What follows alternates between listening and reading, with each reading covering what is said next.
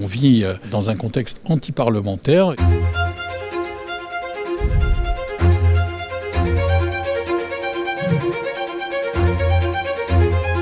Il y a des gens prestigieux avant moi qui l'ont eu. C'est un honneur quand je vois le nom de Robert Badinter ou mon président Gérard Larcher. C'est une filiation prestigieuse. Je suis heureux qu'enfin le trombinoscope ait reconnu mes mérites, parce qu'il n'y a pas trop d'occasions quand même, d'entendre parler de soi positivement. Soit vous recevez une décoration, mais en tant que parlementaire on ne peut pas. Soit c'est nécrologique et on n'est pas pressé d'entendre ces choses-là. Heureusement, il y a le trombinoscope.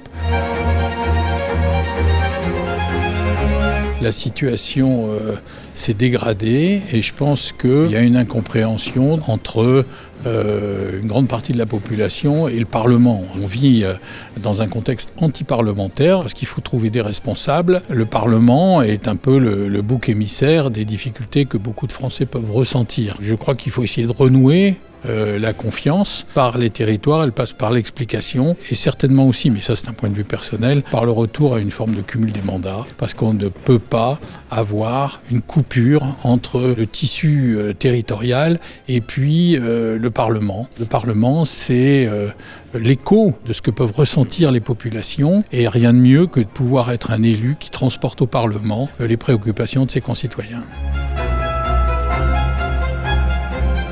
Oui, je crois que c'est important parce qu'on voit bien que la vie politique s'est beaucoup régionalisée. Il y a moins de régions, elles sont plus grandes, mais il y a des responsables régionaux qui sont connus. Il y a une espèce de retour vers la région, vers le territoire, parce que le national reste un peu confus, on ne sait pas trop ce qui va se passer, et dans la confusion, il y a beaucoup de responsables, et à partir de là, il y a un repli autour du local, autour du régional, du départemental, et donc c'est une bonne chose. Prendre en considération cette situation, à mettre en évidence et en valeur les personnalités qui font ces territoires.